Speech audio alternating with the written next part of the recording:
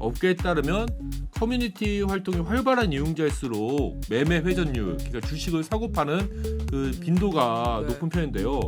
근데 사실 증권사한테 중요한 거는 고객들이 주식을 네. 많이 사고 팔아야 됩니다.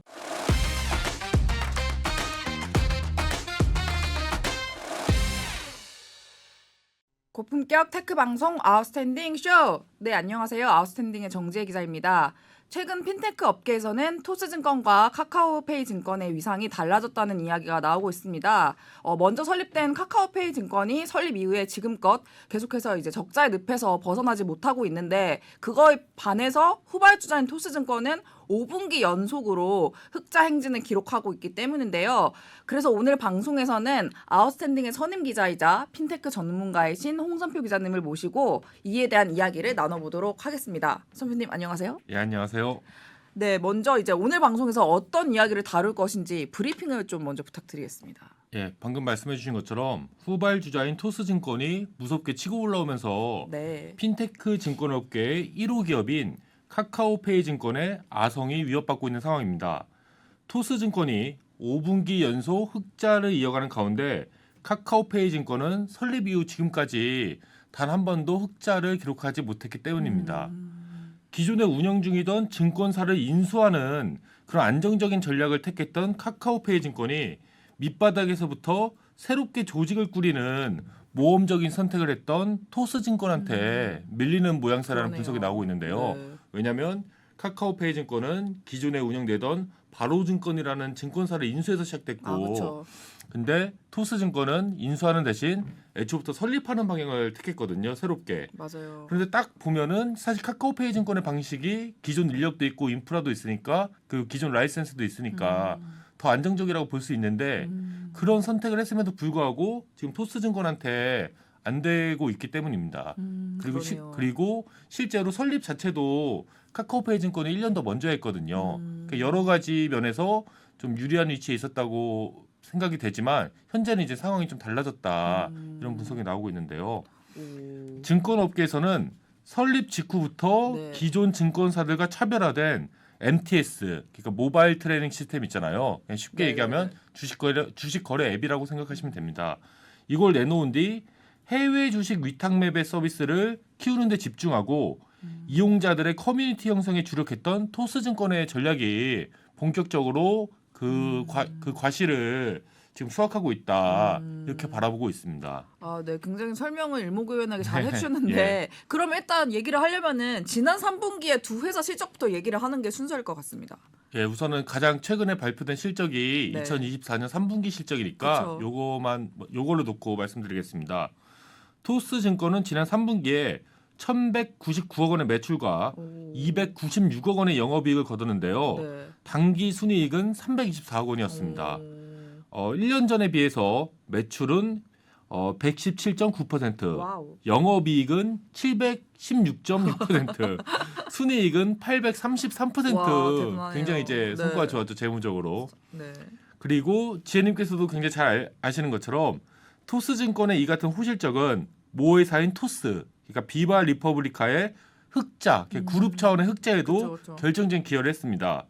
토스의 3분기 영업이익이 아까 제가 말씀드렸던 것처럼 그러니까 토스증권 말고 네. 토스의 3분기 영업이익이 109억 원이었는데요.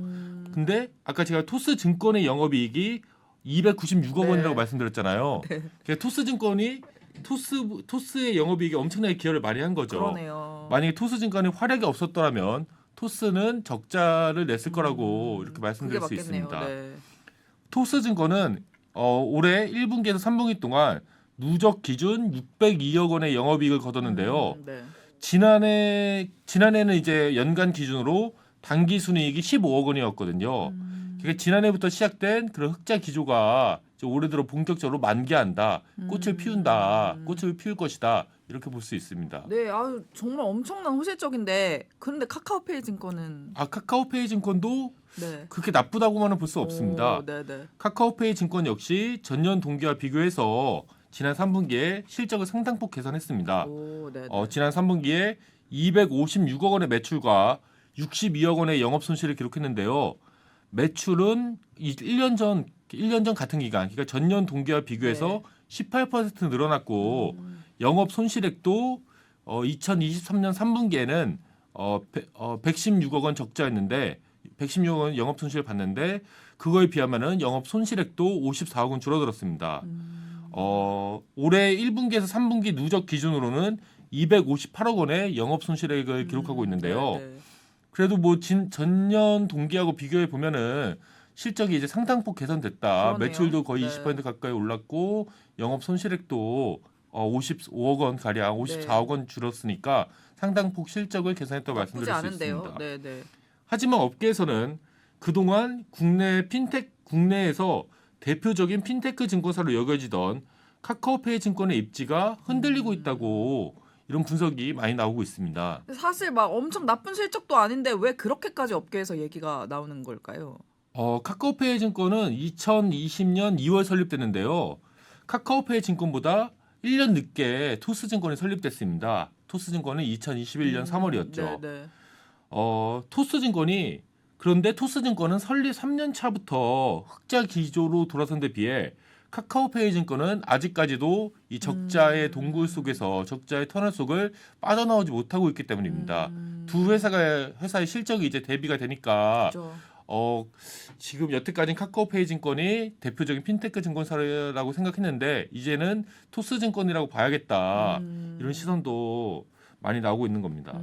아까도 말씀드렸듯이 네. 특히나 이제 카카오페이 증권은 기존 증권사를 인수했잖아요. 그것도 인수해갖고 토스증권보다 1년 먼저 이게 시작이 됐는데 그럼에도 불구하고 이게 제대로 아직까지도 적자고 근데 뭐 카카오페이만 적자였으면은 뭐 그렇다고 할 수 있는데 옆에는 토스증권은 잘 나가니까 너무 비교된다. 사실 기존 조직을 인수하는 것과 완전히 새롭게 시작하는 게 두 가지 다 뭐 장단점이 있고 뭐 쉬운 점이 있고 어려운 점이 있겠지만은 글쎄요 아무래도 약간 토스증권의 손을 점점 사람들이 이렇게 들어주고 있는 것 같습니다. 그러면 완전히 지금 두 회사의 위상이 지금 약간 역전이 됐다 그래야 되나요? 예. 그런 상황인데 이렇게 역전이 일어난 이유가 정확히 뭘까요? 뭐라고 보시나요? 증권업계에서는 선발 주자의 이점을 살리지 못했던 카카오페이 증권의 실기, 그러니까 시간을 놓친다, 기회를 놓치는 거 이제 실기라고 네, 하잖아요. 이 실기가 오늘날과 같은 상황을 불러왔다고 지적하고 있는데요. 먼저 설립 이후 2년 넘게 모바일 트레이닝 시스템, 그러니까 증권 거래 스마트폰으로 증권 거래할 수 있는 그 서비스를 내놓지 않았던 점이 실기의 대표적인 사례로 꼽힙니다. 그러니까 소중한 그 시기를 놓쳤다는 거죠. 실기했다는 거죠. 네. 제님도 잘 아시겠지만 스마트폰으로 주식을 하기 위해서는 그 MTS가 있어야 되는 네. 거잖아요. 근데 카카오페이 증권은 설립 이후 2년이 지난 2022년 4월에야 MTS를 공식 출시합니다. 뭐야? 네. 물론 그 전에도 약간 베타 서비스가 있었지만 저는 공식 출시 기준으로 말씀드리는 거고요. 그런데 잘 아시겠지만 2020년부터 2021년 사이는 코로나로 인해서 그렇죠. 굉장히 개인들의 주식 투자가 활발했던 시기잖아요. 그 유동성이 크게 늘어나면서 그런데 그런 이제 황금기 같은 시기를 좀 고스란히 놓쳐버렸다. MTS 출시가 늦춰지면서 그렇군요. 이렇게 말씀드릴 수 있습니다. 아니 근데 진짜 이상하네요. 왜 설립 이후에 2년 동안이나 MTS를 좀 안 내놨는지 좀 이해가 안 가는데 토스증권은 그럼 어땠나요? 토스 같은 경우에는 2021년 설립되자마자 거의 그 직후라고 볼 수 있는데요. 네. MTS를 내놓은 뒤 대대적인 마케팅을 펼쳤습니다. 기억납니다. 그때 막 주식 한 주 선물 받기 해갖고 저도 받았어요. 뭐 네이버도 주고 맞아요. 삼성전자도 네, 주고 맞아요. 그 뭐 어떤 걸로 받으셨나요? 대한항공 받았습니다. 한 주 딱 받으신 건가요? 한 주 딱 받았고요. 네. 예. 그 주식 한 주 선물 받기 마케팅 같은 거 해갖고 네. 되게 이제 뭐 마케팅을 세게 했는데요. 토스증권 같은 경우에는 2021년과 2022년에 각각 783억 원, 322억 원의 대규모 적자를 기록했는데 그런 이유가 이제 제님 같은 분들한테 그 꽤 비쌀 거 몇만 할 거 아닙니까? 그렇죠. 비싸죠. 네. 그런 주식을 막 주고 그러니까 마케팅 비용을 엄청 썼을 거 아니에요. 그래서 적자가 났었다. 그런 이제 분석이 많이 있었죠. 그렇군요. 근데 지금 두 회사 모두 따로 MTS 앱을 운영하는 건 아닌 걸로 아는데 예. 그 토스 앱이랑 카카오페이 앱에서 주식 거래 기능을 제공하는 게 맞죠? 맞습니다. 네. 토스증권과 카카오페이 증권은 두 회사 모두 별도의 MTS 앱을 설치하는 방식이 아니라 그냥 토스 앱이나 카카오페이 앱을 통해 주식 거래를 하도록 하는 원 앱 전략을 네. 펼치고 있습니다. 데이터 분석 업체 모바일 인덱스에 따르면 지난 8월 기준 안드로이드 이용자만 기준으로 한 겁니다.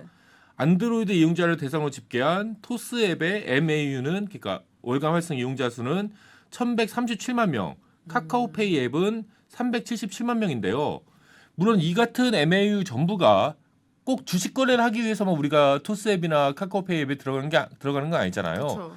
그렇긴 하지만 잠재적인 그 고객들의 그 풀을 보면은 카카오페이 증권의 잠재 고객 수가 토스 증권의 한 지금 현재로서 3분의 1밖에 안 된다. 이런 사실도 유추해 볼 수 있습니다. 네, 그런 해석은 맞는 것 같네요. 왜냐면 일단 앱이 있어야 주식 거래를 할 수 있는데 그쵸. 앱을 이용하는 사람들 자체가 여기는 한 1,100만, 저기는 한 뭐 400만 뭐 그 정도니까 그렇군요. 3분의 뭐 1 수준이다 이렇게 말씀드릴 수 네, 있죠. 말이 되는 것 같습니다. 근데 그 토스증권이 설립 초기부터 되게 해외 주식 중개 서비스에 엄청 공을 들였잖아요. 근데 그것도 지금 이렇게 보답을 받고 있는 게 아니냐 이런 얘기도 나오고 있던데요. 예, 맞습니다. 토스 증권이 설립 초기부터 공들여 읽어놓은 개인 고객 기반은 네. 그러니까 지혜님 같은 분들이죠. 이거 네. 막 대한항공 주고 네. 막 삼성전자 주고 서학개미로 대표되는 해외 주식 투자 열풍과 만나서 토스 증권의 실적을 빠른 속도로 끌어올렸는데요. 해외 주식 부분이야말로 사실은 토스의 실적 개선을 이끈 1등 공신이라고 말씀드릴 수 그렇군요. 있습니다. 지난 3분기에 토스 증권은 해외 주식 위탁 매매 수수료로 659억 원을 벌어들였는데요. 네. 전년 동기 해당 부분 매출이 165.4% 급증했습니다. 이에 비해서 카카오페이 증권은 지난 3분기에 해외 주식을 위탁 매매해주고 그 수수료로 56억 원을 벌었습니다. 그러니까 토스 증권이 벌어들인 수수료 매출의 약 11분의 1에 10%가 안 되는 거죠. 그러네요. 10%도 안 되네. 아이고. 한국예탁결제원과 증권업계에 따르면 지난 10월 한 달 기준 토스 증권을 통한 해외 주식 거래 대금은 그러니까 해외 거래 대금은 매도 파는 것과 매수 다 합치는 네. 겁니다. 약 22조 원에 달하는데요. 전체 월간 해외 주식 거래 대금 그러니까 우리나라 전체의 네. 해외 주식 거래 대금의 26%, 약 26%, 오, 상당하네요. 4분의 1에 네. 달하는 그 규모라고 말씀드릴 오. 수 있습니다. 토스가 해외 주식 거래 서비스 언제 냈어요? 토스 증권은 여기가 2021년 3월에 설립됐다고 네. 말씀드렸잖아요. 근데 2021년 12월에 처음으로 빠르다. 네. 해외 주식 서비스를 시작했습니다. 음. 2022년에는 아까 제가 말씀드린 해외 주식 거래 대금 점유율 기준으로 7.37%를 기록했고 2023년에는 12.13%의 점유율을 기록했습니다. 그리고 올해부터는 이제 20%대의 점유율을 안정적으로 기록하면서 마켓 쉐어의 그 차원을 한 단계 더 높였다고 말씀드릴 수 있습니다. 그렇군요. 토스 증권은 사업 초기부터 해외 주식 거래를 회사의 핵심 먹거리로 삼고 집중 투자였는데요.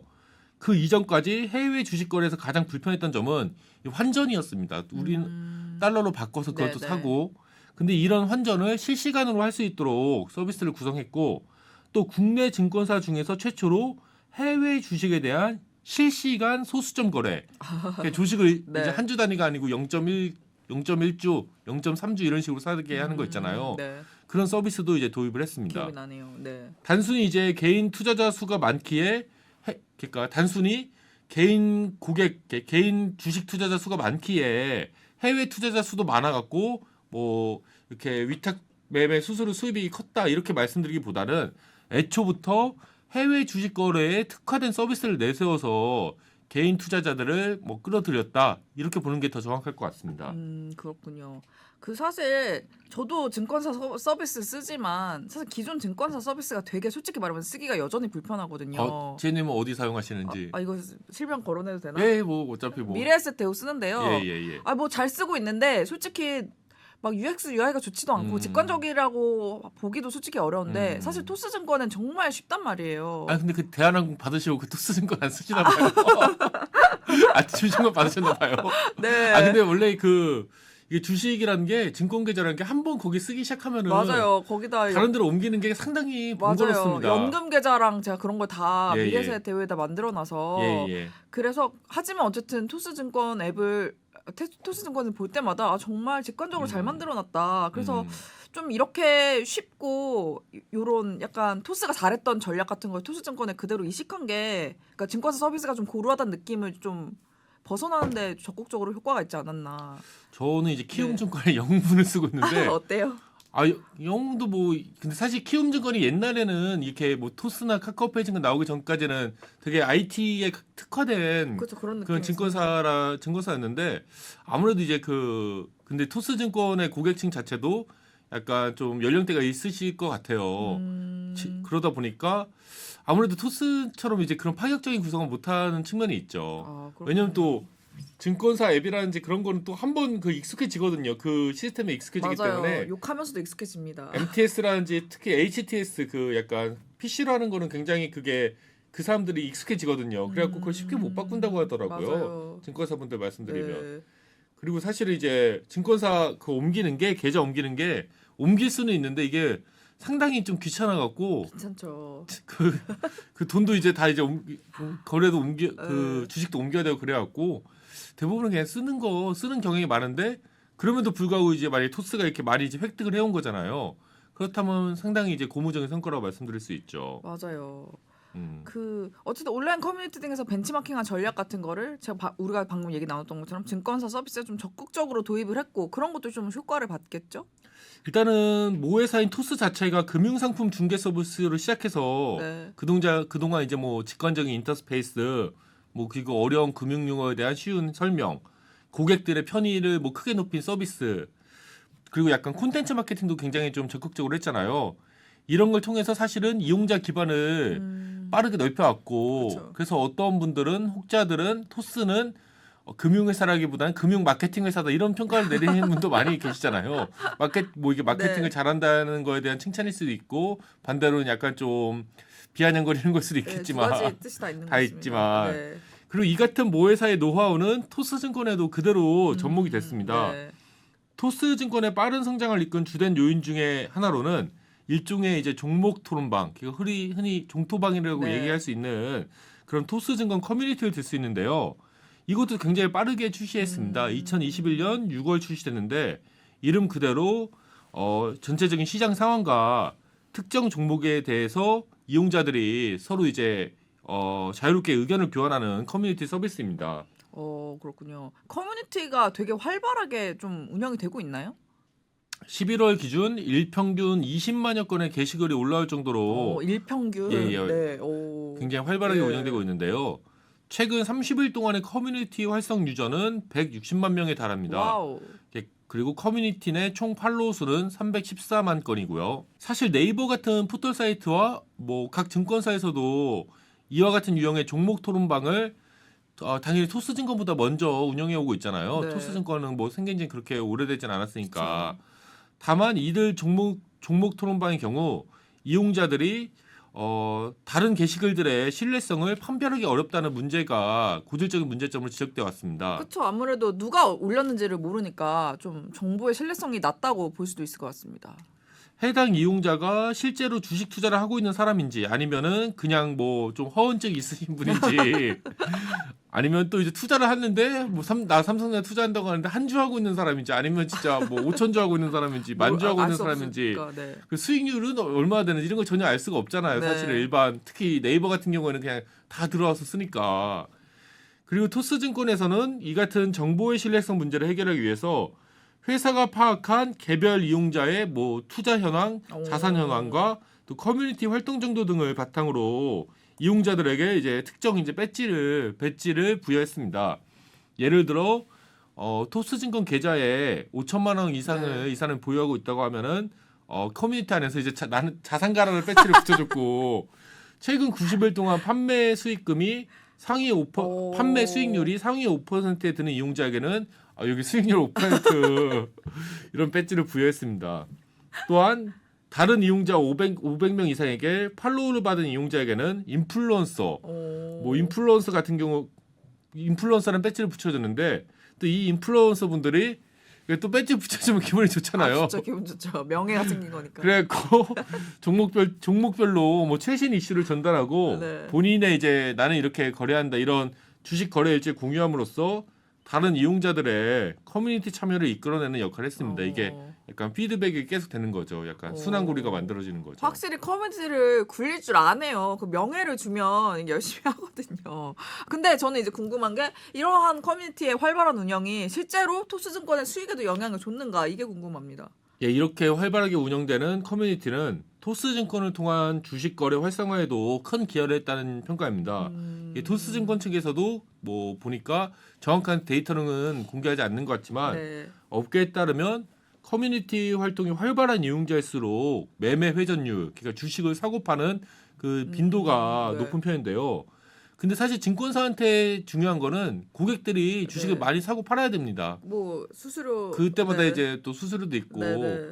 뭐 고객이 아무리 수익률이 높아도 그 고객이 뭐 30년 전에 삼성전자 사고 단 한 번도 안 팔았다고 하면은 그분은 이제 수익에 거의 기여하는 게 없는 분이거든요. 뭐 몇십억 단위로 한다고 하더라도 아 근데 솔직히 그건 알겠는데 사실 너무 주식을 사고 파는 게 잦으면 예. 그 개인 고객의 자산 형성에는 도움이 안 되지 않나요? 그렇게 볼 수도 있죠. 그것도 사실은 이제 뭐 네. 투자의 전설이라고 불리는 뭐 켄 피셔라든지 네. 필립 피셔 네. 또 무슨 뭐 월가의 영웅 있잖아요. 네. 월가의 영웅이 갑자기 이름 생각이 안 나네요. 그럼 워렌 버핏 할아버지도 주식은 파는 거 아니라고 했는데요. 근데 이제 뭐 그거는 이제 뭐 사실 이제 증권사 입장에서만 말씀드리면은 많이 사고 팔수록 그래서 옛날에 옛날 다른 증권사들 같은 경우에는 네.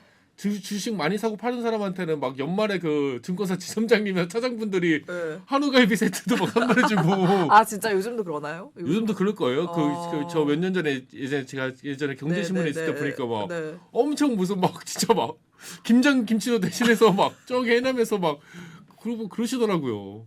아, 사고 많이 사고 팔게 하는 게 그분들의 목표입니다. 사실은. 그렇군요. 사실 냉정하게 얘기하면은 뭐 이제 고객의 수익률보다는 자주 사고 팔고 하는 게 본인들의 그 수익에는 그게 직결되니까. 그렇군요. 아 네. 이해가 되는데요. 아 근데 궁금한 게 그 온라인 커뮤니티에서 이렇게 뭐 벤치마킹한 전략이나 이제 토스 운영에서 쌓은 노하우가 물론 이제 굉장히 지금 도움이 되는 사례를 우리가 봤지만 저는 투자자들한테 안 좋은 영향도 분명히 있을 것 같거든요. 방금 말씀드렸던 것처럼 토스증권은 여러 온라인 커뮤니티와 콘텐츠 서비스 네. 등에서 사용하고 있는 서비스 기법을 이 증권업에 벤치마킹하는 방식으로 이용자들의 주식 거래 빈도와 규모를 늘리는 데 성공했습니다. 근데 방금 이제 제님 말씀하신 것처럼 이 지나치게 그 거래를 촉진하려 한다. 그러니까. 그리고 네. 거래를 촉진하기 위해서는 그 주식 투자의 위험성을 좀 낮아 보이게 만드는 필요도 있는 거잖아요. 그럴 이거 수 있겠죠. 네. 좀 약간 주식 그래야만 사람들이 더 이제 쉽게 주식 그쵸, 투자하니까. 그쵸. 그래서 개인 투자자들이 주식 투자의 위험성을 지나치게 과소평가하도록 유도하고 있다는 그런 비판을 받기도 하는데요. 대표적인 사례가 주식 미수거래라는 공식적인 금융 용어를 외상구매라는 일상적인 용어로 바꿔서 서비스를 이제 제공한 것을 들 수 있는데요. 미수거래로 매수한 주식의 그 가격이 일정 금액 이하로 내려갈 경우 증권사에서는 고객의 주식을 강제로 팝니다. 이걸 반대매매라고 알죠, 반대매매. 하는데 반대매매가 이루어질 경우 고객이 기존에 납부했던 증거금을 뺀 남은 미납 금액을 고객이 증권사한테 갚아야 되는 채무가 되는 겁니다. 그렇죠. 그리고 이 채무에 대해서는 상당히 고금리가 적용되는데 토스증권의 경우 이 같은 채무에 대해 연 9.7%의 이율을 매겼습니다. 9.7%는 너무 높은데. 9.7%뭐 상당히 높다고 네. 볼 수 있죠. 이처럼 미수거래는 일반적인 신용융자 거래보다도 더 리스크가 높은 거래 방식인데 그렇죠. 이를 외상거래라는 일상적인 용어로 표현한 것은 개인 고객들을 호도하는 것이라는 지적이 있었습니다. 일단 외상거래라고 하면은 그냥 외상으로 샀다가 나중에 이제 나중에 딱 외상대금을 내면 지불하면 되는 되는, 방식으로 뭐 잘못 이해하게 호도시킬 가능성이 있는 그렇죠. 거잖아요. 그렇기에 금융감독원에서는 최근 토스증권에게 외상구매 서비스의 명칭을 변경하도록 조치를 취했습니다. 그렇군요. 아, 이런 일이 있는 거는 이제 오늘 선표님과 이야기를 하면서 알게 됐는데요. 아, 굉장히 많은 일이 있었고, 그렇지만 어쨌든 토스증권은 굉장히 잘 되는 것도 사실이고, 그렇지만 뭐 여러 가지 문제가 되는 약간 걱정이 되는 부분도 있긴 하지만 어쨌든 뭐 실적으로는 너무 잘하고 있다. 예. 그 정도로 정리를 할 수 있을 것 같은데요. 일단 오늘 방송 준비하느라 너무 고생을 하셨고요. 예. 이번 시간에 살펴본 것처럼 핀테크 증권 업계에서 지금 후발주자인 토스증권이 굉장히 활약을 하면서 카카오페이 증권의 실적을 뛰어넘는 모습을 저희가 상세히 말씀을 드렸는데요. 사실 뭐 카카오하고 토스가 경합을 벌이는 금융산업 분야가 굳이 증권업만 있는 것은 아니죠. 뭐 인터넷 은행, 간편결제, 뭐 다양한 금융업 중에서 현재 경쟁을 펼치고 있습니다. 그리고 네이버가 직접 라이선스를 취득을 해서 금융업에 뛰어들고 있지는 않은데 그런 상황에서 이제 핀테크 업계의 패권을 둘러싼 이런 경쟁 상황은 앞으로도 카카오하고 토스 이 두 회사를 중심으로 전개가 될 것 같습니다. 그래서 앞으로도 저희는 카카오 그리고 토스 계열사들의 경쟁 그런 이슈에 대해서 저희가 굉장히 발빠르게 취재를 하고 꾸준히 다뤄서 여러분들에게 전해드리려고 합니다. 앞으로도 저희 아웃스탠딩 쇼에서는 IT 테크업계의 최신 이슈 에 대해서 저희가 정말 쉽고 재미있고 간편하게 여러분들에게 전해드리도록 할 테니까요. 좋아요, 알림, 구독 설정 부탁드리고 댓글도 많이 달아주세요. 근데 댓글은 좀 선플로 부탁을 드리도록 하겠습니다. 그럼 저희는 오늘 여기서 인사를 드리도록 하겠습니다. 감사합니다. 감사합니다.